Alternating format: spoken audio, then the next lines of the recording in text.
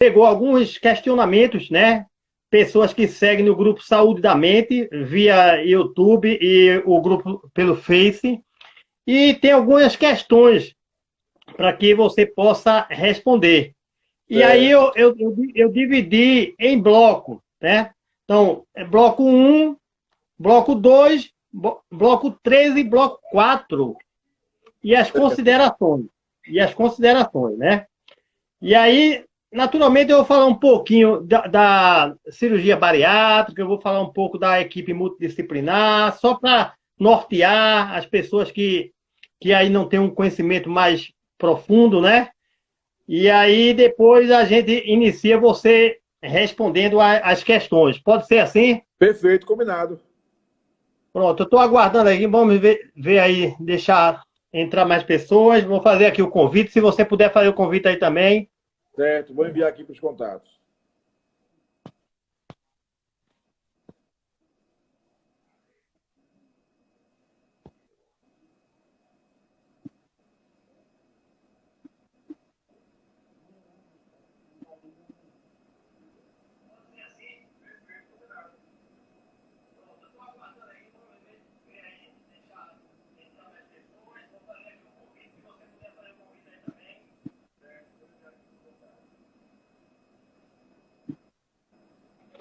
E aí já fiz alguns convites e a gente vai iniciar. Então, assim, Farias, veja bem, hoje você é especialista, né, em processo liminar, né, via judicial. Isso, E aí eu exato. gostaria que você se apresentasse. Se apresenta aí um pouco aí para as pessoas que não lhe conhecem. Fique à Certo, vontade. certo, ok. Pessoal, primeiro, boa noite. Queria primeiro agradecer o convite, tá? Do professor Eduardo. Me sinto muito honrado estar falando para os seguidores dele, para a gente tocar sobre um tema que é muito importante para mim, um tema que eu trato com muito carinho, tá? Esse tema relativo aos pacientes bariátricos e pós-bariátricos. Eu sou advogado e, ao longo da minha vivência profissional, eu acabei me dedicando a essa área. Tá? Atuo em outras áreas, mas me especializei com foco no paciente bariátrico. Por quê? Primeiro que eu sou obeso, né? Sou um obeso em tratamento, né? Já me habilitei algumas vezes para a cirurgia e acabei não fazendo. Era para ter me operado esse ano, mas devido à pandemia tudo ficou adiado. Né? Era para ter me operado agora em março.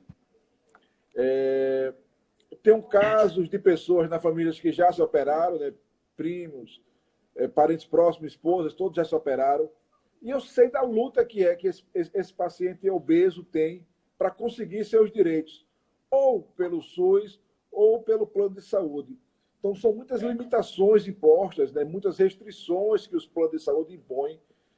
E sem falar pelo SUS, a dificuldade em você conseguir. Então, eu acabei abraçando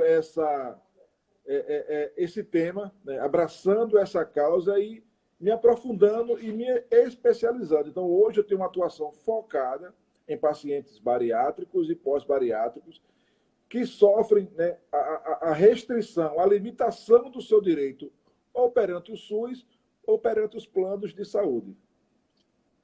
Ok. Então, é assim, vou me apresentar. Meu nome é Eduardo Araújo, né? Eu sou psicólogo clínico, né? Eu sou psicólogo do NASF, que é Núcleo de Apoio à Saúde da Família, ao qual a gente tem um grupo de saúde da mente que trabalha em PSF, né? Na atenção primária. E, em razão da pandemia, a gente trouxe esse grupo de saúde da mente para a via online. E aí, a cada 15 dias, até mais do que isso, a gente traz alguns profissionais para falar de algumas temáticas relacionadas à saúde mental. Então, hoje, iremos aí falar o SUS e as cirurgias bariátricas, desafios, né, desafios e os benefícios que o SUS traz. E assim, é importante a gente fazer uma visão geral da cirurgia bariátrica, ou redução ou cirurgia de redução, ou gastroplastia, é o nome que se dá. Então, veja bem, hoje existe um critério internacional que a pessoa, para ser considerada obeso, né? Então, veja bem, esse critério de 18 a 24,9 a pessoa, é o IMC, que é dividido, é o peso dividido pela altura ao quadrado, certo? E aí você acha o IMC, que é a massa corporal.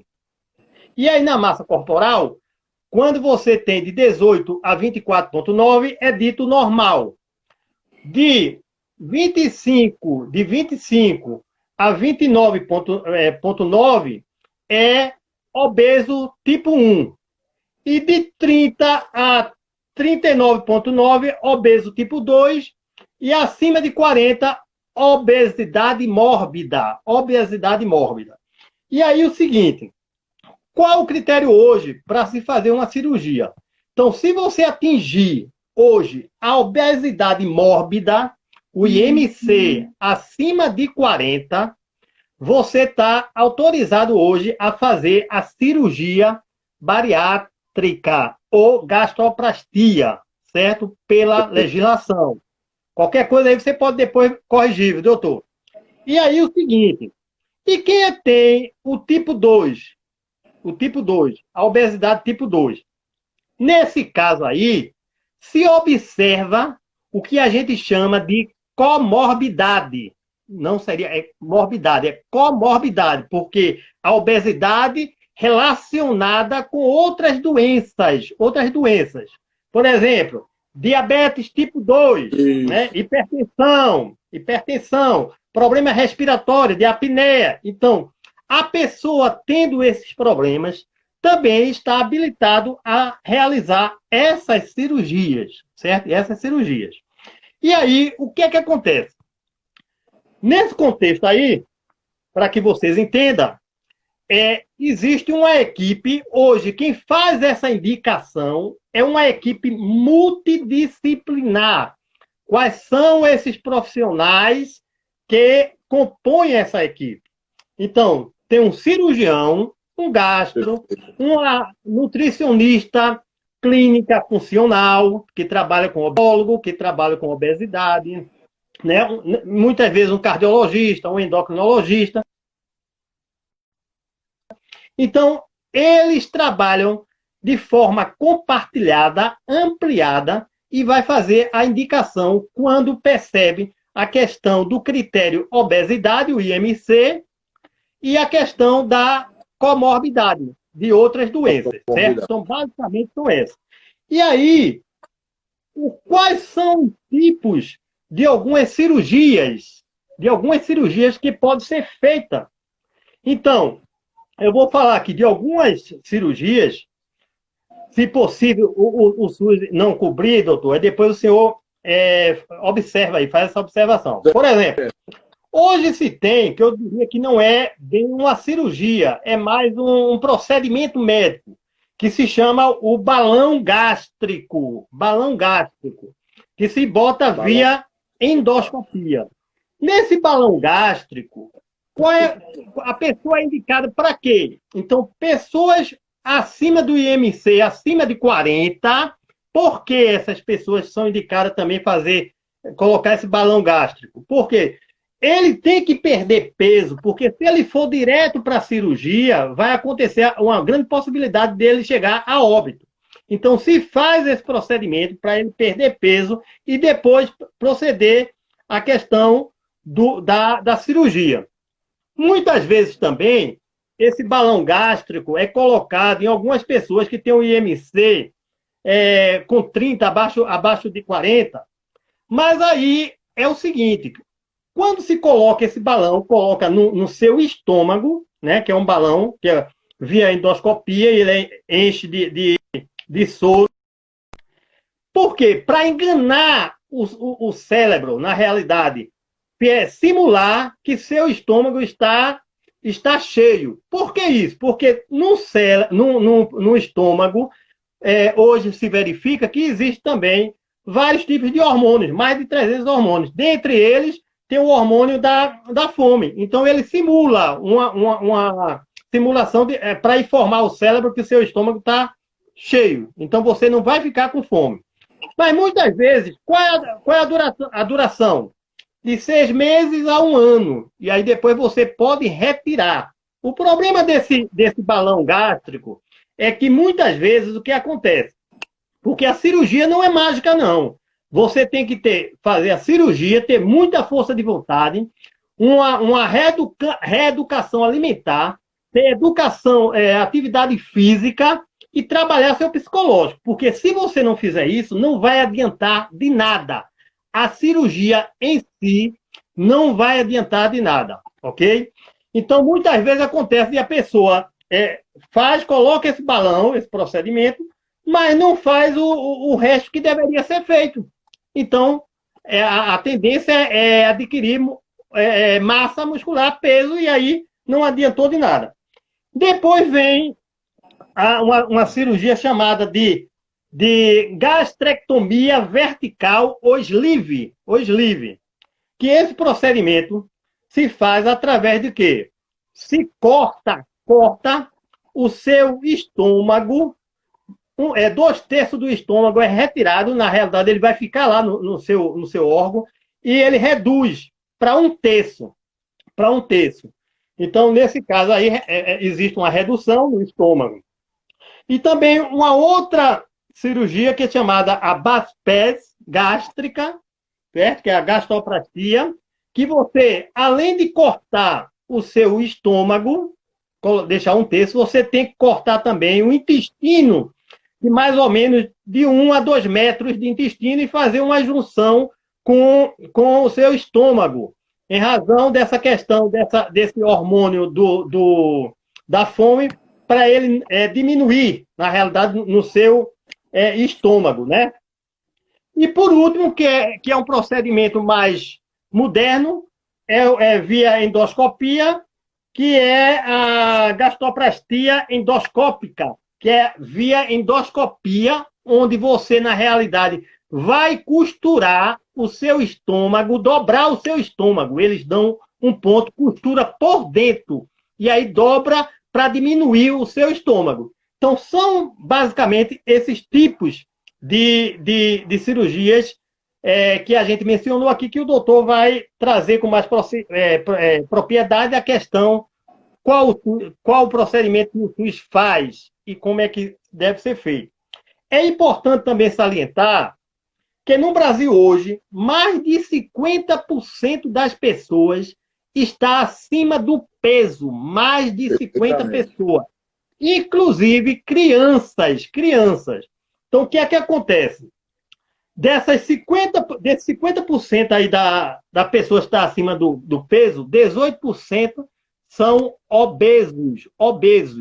Então, crianças obesas vai, naturalmente, adultos com problemas de saúde. Então, basicamente, seria essa questão aí da cirurgia bariátrica, para a pessoa se inteirar um pouco da questão, da temática que iremos discutir. Gostaria mais de colocar mais alguma coisa, doutor? Não, perfeito. Essa parte introdutória foi bem abrangente. Pronto. Bem então, aí... Pronto. E aí vem o seguinte. No bloco 1, onde as pessoas fizeram as suas perguntas, né, através do YouTube, do Grupo de Saúde da Mente, eu chamei aqui, intitulei de as negativas administrativas. Então, o doutor vai explicar, porque hoje, todos vocês sabem o seguinte, que para que você entre na via judicial, você tem que ter um indeferimento administrativo ou negativa administrativa para poder entrar na justiça. Então, a primeira pergunta que se faz, naturalmente que essa temática é direcionada ao SUS, a gente vai fazer a seguinte pergunta, doutor. Quais são as negativas administrativas dadas pelo SUS? Quais são essas negativas, esses indeferimentos que o paciente pode ter para ajuizar uma ação, doutor? Certo. Primeiro, o seguinte, o SUS ele está vinculado ao Ministério da Saúde. Tá?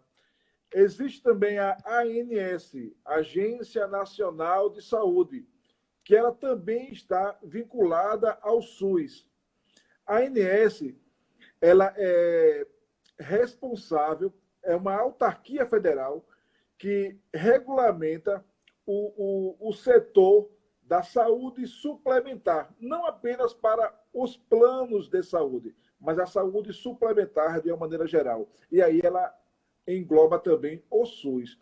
Por que é importante a gente citar a ANS? A ANS ela estabelece as condições mínimas que determinados procedimentos deverão ser cobertos. E aí, quando ela fala da cirurgia bariátrica, está lá no rol de procedimentos da ANS, na diretrizes de utilização, ela diz em que condições esse paciente ele é elegível para fazer a cirurgia bariátrica. Então, ela fala, é como o senhor já falou bem antes, mas eu só vou dar uma relembrada. Pacientes que tenham entre 18 a 65 anos, pacientes que tenham entre IMC 35 a 39,9, associado a pelo menos 2 comorbidades, como o senhor também muito bem explicou, pacientes com IMC acima de 40 até 49,9, tá? Que tenham pelo menos 5 anos de obesidade e, no mínimo, 2 anos de falência no tratamento. Ou seja, você tentou, de alguma maneira, combater essa obesidade e teve falência, não conseguiu. Por que eu estou reforçando esse rol de procedimentos? Porque quando o paciente chega lá no SUS, primeiro, para que ele chegue a solicitar, ele tem que passar por um médico, tá? Do seu postinho. Ele vai primeiro na sua unidade básica de saúde, tá? No posto de saúde mais próximo à sua residência, e lá é que vai iniciar o processo dele. Ele vai ser encaminhado para fazer alguns exames. Se ele tiver sido elegível, ele vai para essa equipe multidisciplinar do próprio SUS. E aí acontece do SUS negar, porque a pessoa não atende a esses critérios. Por exemplo, eu atendi uma senhora ela obteve uma negativa pelo SUS por conta da idade. Ela tinha 67 anos. O SUS falou que o rol de procedimento da ANS era de 18 a 65 anos. E aí negou, porque ela estava fora desse rol. Ela tinha 67 anos. E aí negou o procedimento. Negou. Mas nós conseguimos reverter isso via judicial. Então, quando você não atende a esses critérios que foram elencados pelo SUS, tá? Pelo SUS, quando esses critérios que foram elencados pela ANS, o SUS ele vai te excluir dessa fila. Então, essa é uma das formas de você requerer judicialmente. Ou quando você tem a negativa, por você não se enquadrar nesse rol. E uma outra maneira muito comum é a demora. A gente sabe que a fila do SUS, para esses procedimentos, ela demora em média 2 anos. Em alguns estados, chega a demorar 4 anos o paciente esperando na fila. Só que a obesidade ela é uma doença com CID próprio, tá?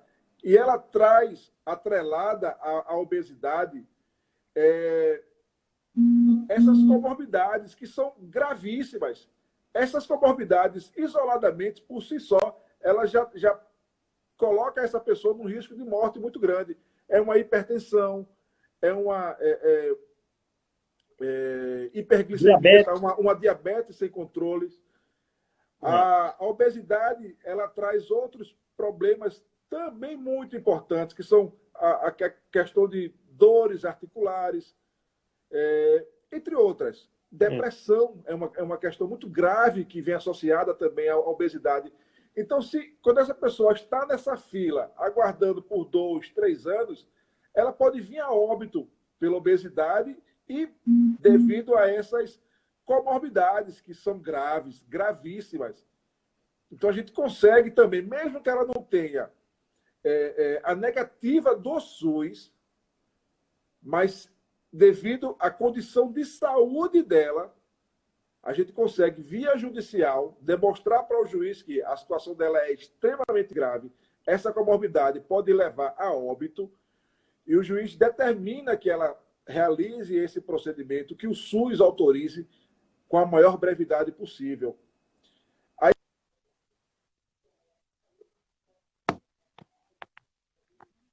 na fila, mas a situação dela, eu entendo que todos que estão na fila necessitam fazer esse procedimento. E é uma situação muito grave, mas tem que correr para que seja contemplado. E aí a gente consegue recorrer judicialmente sem a negativa. Então, existem essas duas possibilidades de você requerer judicialmente.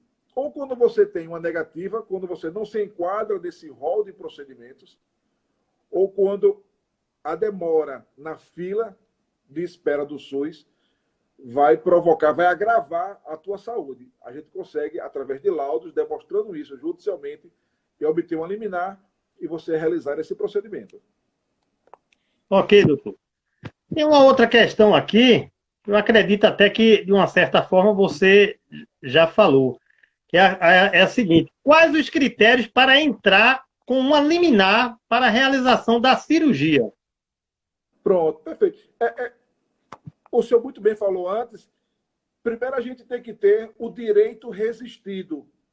Ou seja, eu vou solicitar determinado procedimento, tá?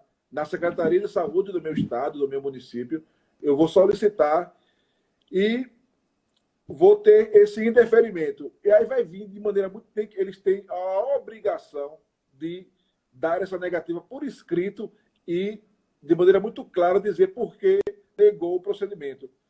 Normalmente ele vai falar que você não se enquadrou no hall de procedimentos da ANS, ou porque você não tem as comorbidades necessárias, ou porque você tem a idade, ou não demonstrou 2 anos de tratamento. Tá? Essa questão de 2 anos de tratamento, a gente consegue algumas vezes reverter até administrativamente no próprio SUS, quando você demonstra que as comorbidades são graves e você não precisa aguardar 2 anos. Aí, administrativamente, a gente consegue reverter em alguns casos. Quando nem assim consegue, a gente entra judicialmente.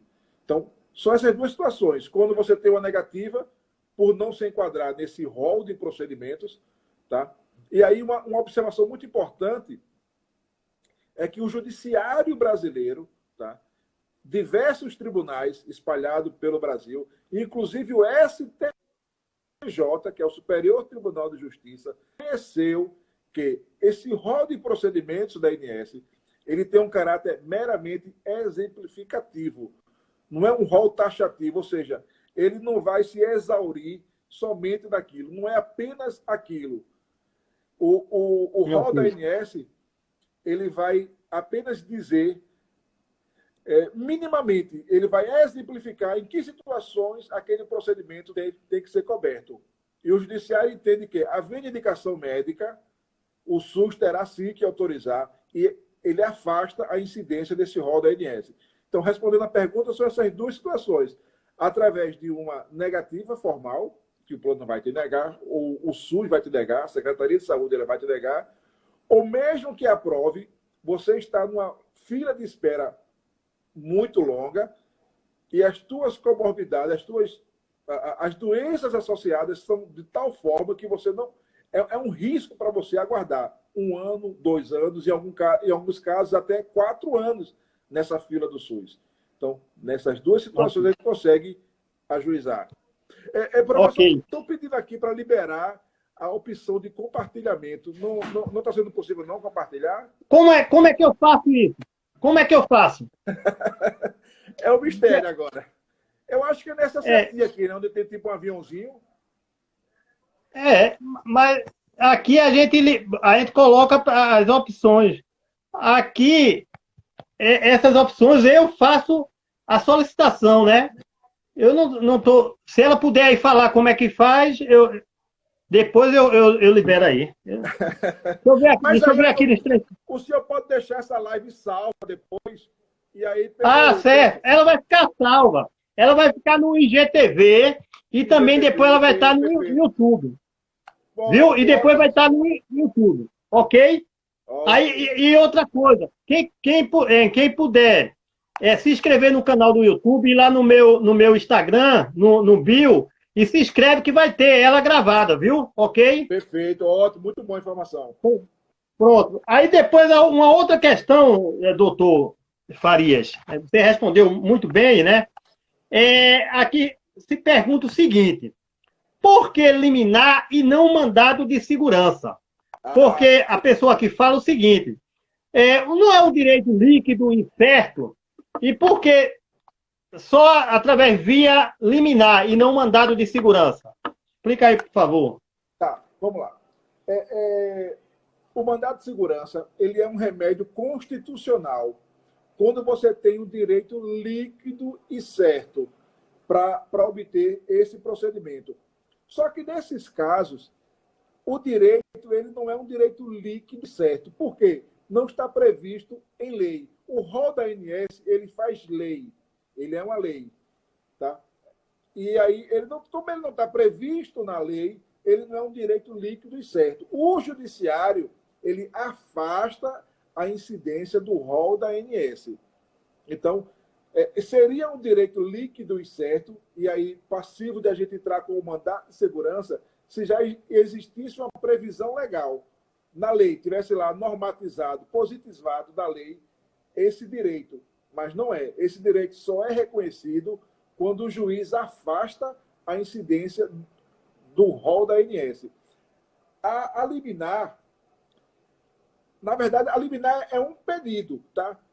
A ação que a gente entra contra o SUS é uma ação de obrigação de fazer com pedido de antecipação de tutela, que é a liminar. Onde a gente demonstra para o juiz, e aí para a gente conseguir isso, eu preciso preencher alguns pré-requisitos para que o juiz reconheça. O primeiro é a probabilidade do direito. Então, está vendo que não é um direito líquido e certo? Se fosse direito líquido e certo, a gente não estaria tratando de probabilidade do direito. E aí eu demonstro para o juiz que existe sim essa probabilidade através da jurisprudência de julgados anteriores do próprio tribunal, inclusive do STJ, no sentido de reconhecer esse direito. Então, eu demonstro a probabilidade do direito. E uma outra coisa que eu tenho que demonstrar para obter a liminar é a urgência. A urgência. Eu demonstro que esse paciente ele não pode aguardar, no caso do SUS, ele não pode aguardar por 2, 3, 4 anos. Né? De acordo com os laudos, atestam que as comorbidades são de tão modo gravosas que essa espera só vai agravar e ele poderá vir a óbito. Então, essa é a diferença da liminar do mandato de segurança. Existe liminar dentro de mandato de segurança. Quando eu demonstro o meu direito líquido e certo, que já tem uma previsão legal, o meu direito já é líquido, já é pré-constituído, eu posso pedir uma liminar dentro de um mandato de segurança. Então, essa basicamente é a diferença. A gente entra com uma ação ordinária comum, tá? Como a gente está falando do SUS, na Justiça Federal, não é uma ação que vai correr na Justiça Comum, é uma ação que vai correr na Justiça Federal, tá? E dentro dessa ação, um dos nossos pedidos é a antecipação de tutela, uma liminar, para que o juiz, de maneira prévia, já conceda esse direito. E com a tua experiência aí no dia a dia, doutor Farias, quanto tempo o juiz concede essa liminar? Tendo tudo ok, os requisitos legais preenchidos, beleza, quanto tempo? Tá. O Código de Processo Civil ele não estabelece um prazo para que o juiz aprecie uma liminar. A prática diz que a prática demonstra que essas ações que estão tratando sobre o direito à vida, porque é o objeto da ação, direito à vida, direito à saúde, e são direitos tutelados pela Constituição. Né? O direito à vida, o direito à saúde, são direitos até irrenunciáveis. Você não pode renunciar o seu direito à vida nem o direito à saúde. Então, as ações que versam sobre esse tipo de pedido, os juízes eles têm, de maneira muito rápida, apreciado o pedido. Isso não quer dizer que ele vai conceder, mas, em média, com 5 dias, o juiz aprecia o pedido e diz: não preencheu todos os pré-requisitos, eu identifiquei que existe uma urgência, vou conceder a liminar. Ou ele pode apreciar e dizer, eu reconheço o direito ao procedimento, mas não identifico a urgência. Essa pessoa poderá aguardar o trâmite normal para só no final ser apreciado o seu direito. Então, via de regra... Agora, eu já obtive liminares em questão de horas, você protocolar contra o SUS mesmo, né? Em questão de horas, você protocolar pela manhã e antes do meio-dia a liminar já está na mão. Foi situações muito pontuais, onde os laudos demonstravam a extrema necessidade desse procedimento e a pessoa não poderia esperar mais um mês, por exemplo. Então, foi concedido de imediato, né? Mas não é a regra, isso foi uma exceção. Tá? Então, assim, o Código de Processo Civil não estabelece um prazo, mas, via de regra, é muito rápido. E, doutor, me diga uma coisa, tem outra pergunta aqui, o seguinte, quais são os tipos de cirurgias oferecidas para a obesidade no SUS? No caso, para obesidade mórbida, né? Sentido, ou metabólica. Metabólica vem aquele lá do tipo 2, né? Pelas questões de diabetes, né? Hipertensão, nesse sentido. Agora, o SUS hoje, pela experiência, aquela eu falei, a questão do balão gástrico, hoje o SUS faz esse procedimento? E quais são as cirurgias?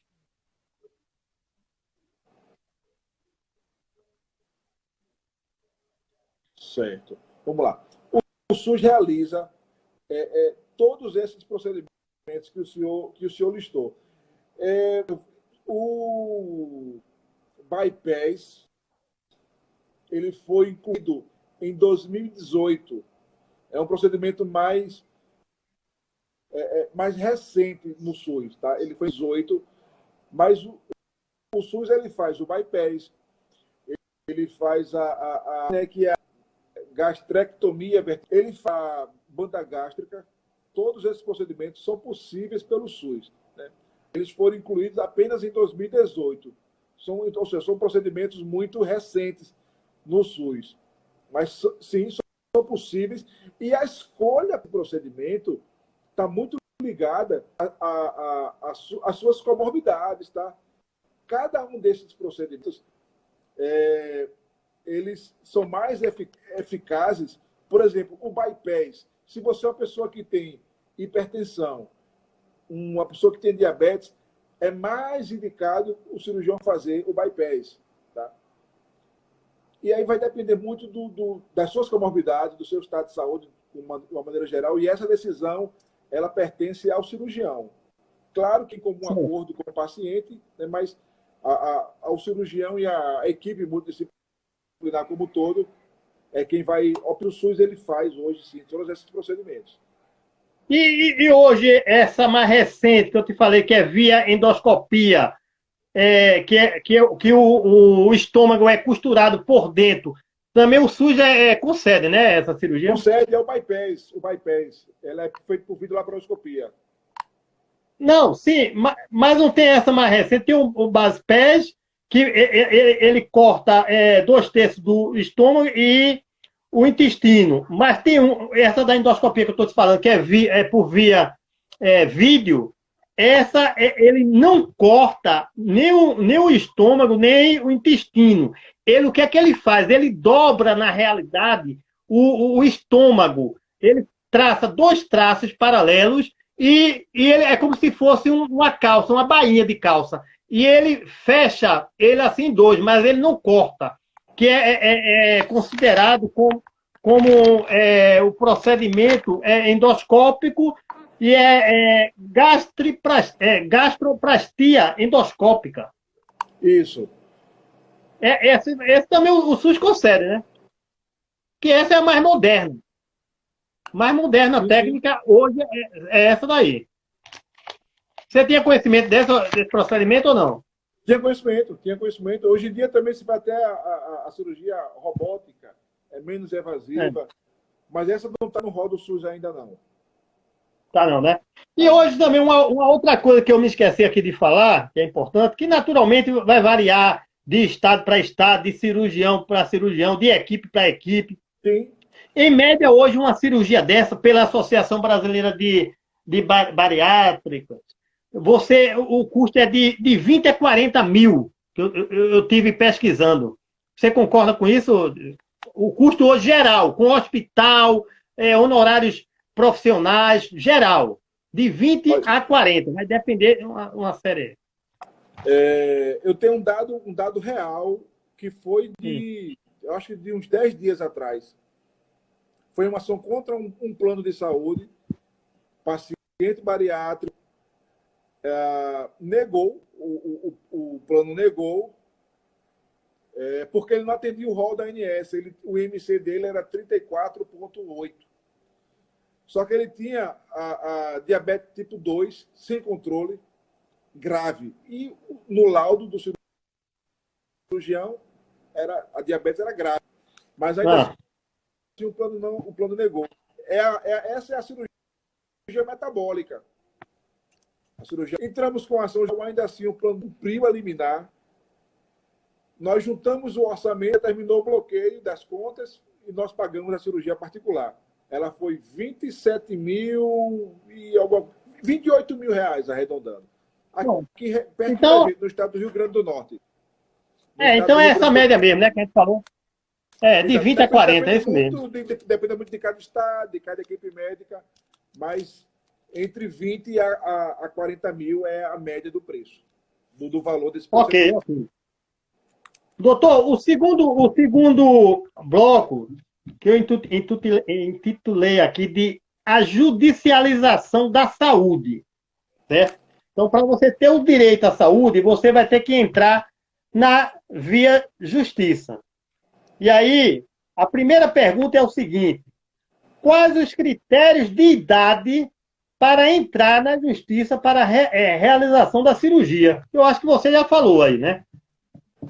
Exato. Assim, para você ser autor de um processo, você precisa ter a sua capacidade civil, ou seja, ter 18 anos ou mais.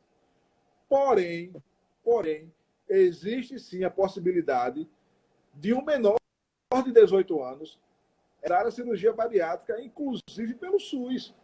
Pelo SUS, verdade. Como o senhor falou, a obesidade ela está muito presente entre as crianças e os adolescentes. E eu tenho exemplos de pessoas muito próximas que conseguiram, através da judicialização, a cirurgia bariátrica para uma pessoa de 16 anos. Ela estava totalmente fora do rol da ANS. Só que ela era obesa mórbida, e teve que judicializar para conseguir fazer a cirurgia. Então, assim, os critérios para você entrar com a liminar, primeiro é a sua capacidade civil, você ser maior de 18 anos. Se você for menor do que isso, você precisa ser representado por um maior, pai ou mãe, e ter tido a negativa do procedimento. Então, esses são os critérios. Ou tido a negativa, ou você ter uma condição de saúde que não permita que você aguarde esse tempo todo na fila de espera do SUS. Mas ok. É isso aí. Uma outra pergunta aqui é o seguinte: quais os documentos necessários que o paciente deverá ter para ajuizar a ação judicial? O que é que o paciente tem que ter? O laudo médico, o que mais? Perfeito. Bom, primeiro, ele vai ter que ter o laudo do seu endocrinologista, atestando a sua condição de obesidade, seu IMC. A equipe multidisciplinar, nutricionista tem que atestar que ele tem 2 anos de tratamento com falência. O psicólogo tem que atestar que eles têm... Aí eu sou como psicólogo, sabe falar muito mais do que eu, mas o psicólogo precisa atestar. Via de regra, esses são os 3 principais laudos. Mas, a depender das comorbidades, ele vai precisar do risco cirúrgico, que é como cardiologista. Se ele tiver outras comorbidades associadas a essa obesidade, aí entra dermatologista, né, porque a obesidade pode ocasionar problemas na pele, aí ele tem que atestar isso. O ortopedista com as lesões nas articulações. Esses são os laudos essenciais. A recusa e a recusa, tá? O indeferimento E um outro documento muito importante, não sei se a gente trata agora, mas é o termo de consentimento. Mas aí eu vou deixar isso para mais para frente a gente tratar Discutir. nesse ponto. Ok, ok. Agora, a outra pergunta é o seguinte, veja bem. Vamos dizer que o paciente conseguiu fazer a cirurgia com sucesso. Depois, lá na frente, ele viu que necessitava, eu digo ele, na realidade, a equipe percebeu que ele precisava de uma cirurgia reparadora. Certo. No caso, via justiça, como é que seria isso? Ele tem direito ou não tem direito a essa cirurgia reparadora? Pronto, importante, muito boa, importantíssima essa pergunta, importantíssima. Veja, aí a gente vai voltar novamente lá no rol da ANS, a resolução 428 de 2018 da ANS. Lá no rol de procedimentos, ela vai falar sobre a dermolipectomia, que nada mais é do que a cirurgia reparadora do abdômen. E aí ela fala que essa cirurgia é devida para aquele paciente que fez cirurgia bariátrica ou reeducação alimentar e teve uma perda ponderal de peso e que possui abdômen em avental associado a pelo menos duas agravantes. Aí vai entrar a questão da diástase, que é o afrouxamento da musculatura abdominal, dermatite de contato, fístulas, hérnia, entre outras. Isso é o que está lá no rol da ANS. Então, se você tiver, após a cirurgia bariátrica, após essa perda ponderal de peso, e você apresentar flacidez na região do abdômen, com essas características, o SUS vai fazer a sua reparadora. Pelo SUS, Ok. de maneira espontânea, somente essa. As Ok. demais reparadoras não estão listadas, mas você tem direito a todas as reparadoras. Toda aquela flacidez que vier em virtude da perda ponderal de peso, você vai ter direito. Aí entra a reparadora das mamas, braços, pernas, e aí, nesse caso, sempre terá que judicializar, porque o SUS não vai reconhecer, porque não está no rol da ANS. Infelizmente, tem que judicializar. Certo. No bloco 3, a questão é o seguinte, e aqui a gente intitulou de requisitos legais para a cirurgia. E a pergunta é a seguinte: o paciente tem o dever de assinar o termo de consentimento, aquele termo lá que o médico pede para ele assinar, né, do risco da cirurgia. Ele pode se recusar ou ele tem que assinar esse termo? Tá. Primeiro, eu queria ressaltar que tanto o Código de Defesa do Consumidor e o Código de Ética da Medicina instituíram a obrigatoriedade do consentimento do paciente antes dele se submeter a algum procedimento médico.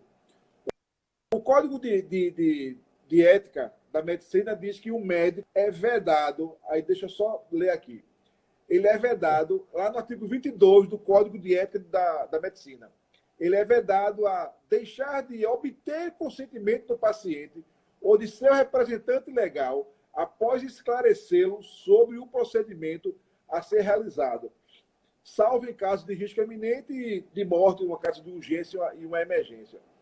E o Código de Defesa do Consumidor também diz lá, no artigo 9º do Código de Defesa do Consumidor, o fornecedor de produtos e serviços potencialmente nocivos ou perigosos à saúde ou à segurança deverá informar de maneira ostensiva e adequada a respeito de sua nocividade ou periculosidade, sem prejuízo de adoção de outras medidas cabíveis em cada caso concreto. Então, existe uma previsão legal, tanto no Código de Defesa do Consumidor, quanto no Código de Ética da Medicina, que impõe a necessidade do paciente assinar esse termo de consentimento. Sob pena de... se torna um documento essencial. Se ele não se recusar, o médico não está obrigado a fazer a cirurgia. É isso? Isso. Na É verdade, o verdade. médico está vedado. O Código de Ética da Medicina, ele veda, ele proíbe o médico de fazer sem esse termo. Ok, ok. É como se fosse um respaldo para o profissional, né? Nesse sentido, né? Exatamente. Exatamente. Porque aí ele teria que dizer os perigos da cirurgia, né? O que vai acontecer, né? Pode ser.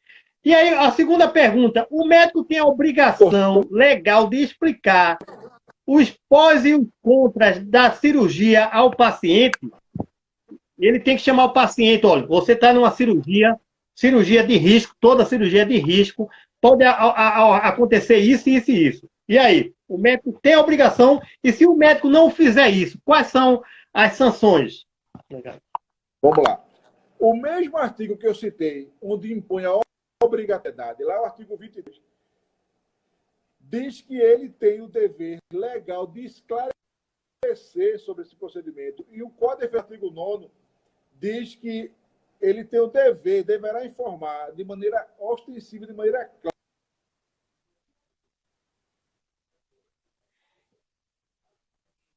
dever legal de informar. Se assim ele não fizer, se assim o médico não fizer, a pessoa do consentimento, e o médico não informou dos perigos, né, dessa cirurgia, e se porventura ocorrer uma intercorrência, onde essa pessoa venha sofrer uma lesão mais para frente, ele poderá sim interpelar esse médico judicialmente, ou por um erro médico, ou, né, por ter deixado de informar de maneira clara.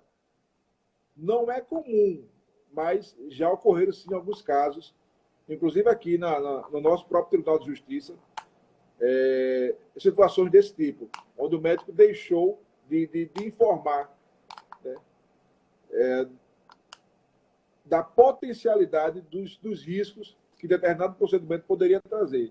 E aí houve uma intercorrência e a pessoa acabou ficando com algumas sequelas. Então o médico pode sim responder quando ele deixa de informar de maneira clara, de maneira ostensiva. Ele tem o dever legal de informar muito claramente.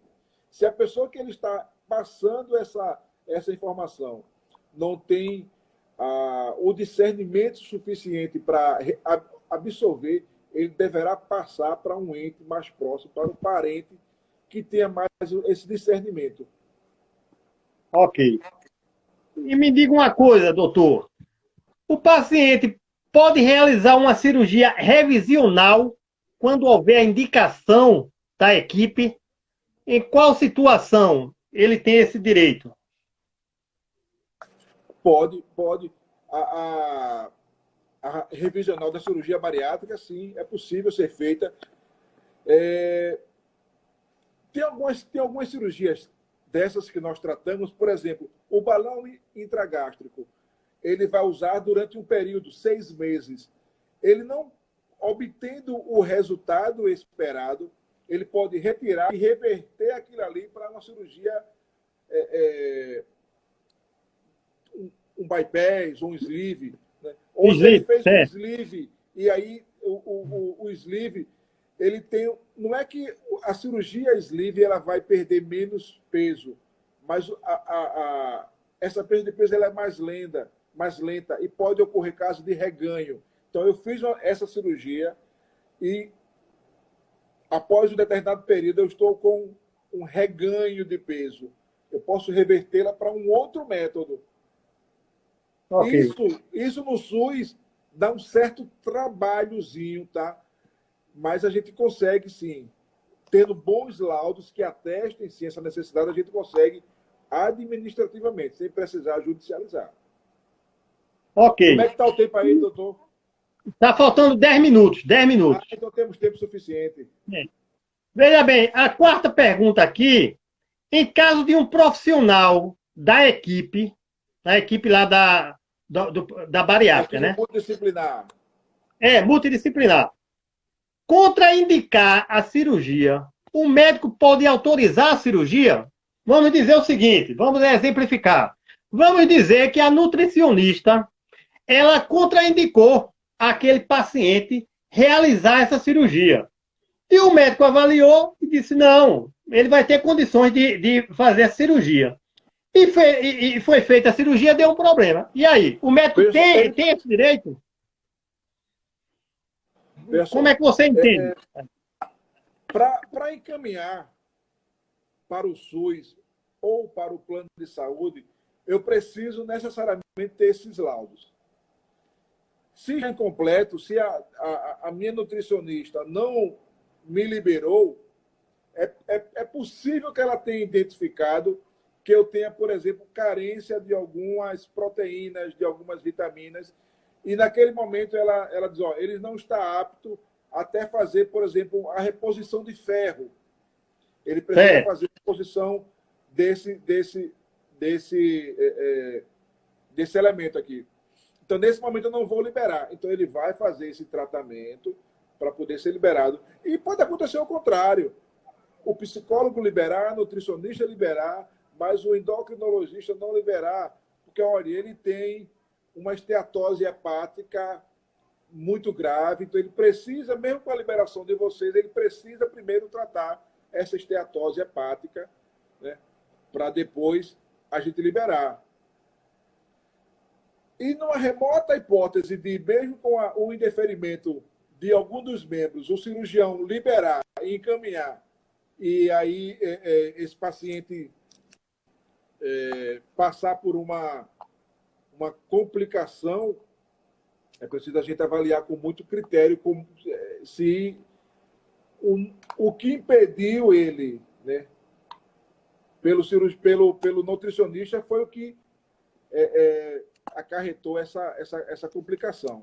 Mas, nos casos que eu já acompanhei, como houve o indeferimento parcial de algum dos membros, era porque essa pessoa precisava... Por exemplo, teve uma situação de um psicólogo que ele travou o procedimento porque a pessoa tinha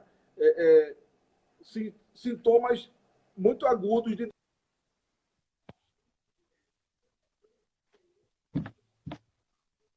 Esses sintomas agudos de depressão para poder depois encaminhá-lo para a cirurgia. Tá, primeiro ele fez isso, você vai ter que se tratar para depois fazer a cirurgia, né? Mas, na realidade, também acontece muito isso, doutor Faria. Muitas vezes acontece o seguinte, tem uma equipe multidisciplinar e vamos dizer que o psicólogo, a nutricionista ou qualquer outro profissional, no momento, indeferiu parcialmente. E aí aquela pessoa, aquele paciente, corre para o outro profissional, o profissional que não é da equipe. Acontece muitas vezes isso. Você vem, aí, não, eu queria um parecer, um relatório para realizar a minha bariátrica. Tu tá entendendo? E aí vamos dizer, se esse profissional deu ok e a equipe deu negado, naturalmente a equipe não vai realizar, né, esse procedimento, né? Sim. Mas isso não acontece, né? Acontece bastante. Acontece bastante. E é algo que a gente tem combatido muito. É a famosa comercialização de laudos. Você vê alguns grupos aí pelo Facebook, pelo Instagram, alguns grupos de WhatsApp, onde a gente vê uma certa banalização, né? Porque o laudo de qualquer profissional desse, ele não é apenas, o psicólogo ele não é importante apenas naquele momento para dar o laudo. Ele é importante no pré e principalmente no pós-operatório. Verdade. Tanto o psicólogo quanto o nutricionista. Exato. Se eu sou fora da equipe e eu vou dar este laudo, eu não tenho todo esse histórico pretérito dessa pessoa e eu não vou acompanhá-lo depois. Então, assim, eu acho muito arriscado, até mesmo para o paciente buscar isso fora, né? Porque ele não está com um profissional que vai acompanhá-lo. É arriscado demais. Doutor Farias, eu quero agradecer, está faltando 3 minutos, agradecer imensamente pela contribuição que você deu aqui para a discussão, né? Agradecer em nome do grupo Saúde da Mente, que é um grupo do Núcleo de Apoio à Saúde da Família, uma equipe multidisciplinar, né? Qual a gente, como eu te falei, a gente trabalha apoiando a atenção primária ou básica. E precisando aí do colega para a gente discutir alguns temas, a gente está à disposição. E você tem 2 minutos para suas considerações. Professor, eu que queria agradecer ao senhor novamente, né, por abrir essa oportunidade para a gente levar essa informação, né, levar esse esclarecimento para os seus seguidores. Né.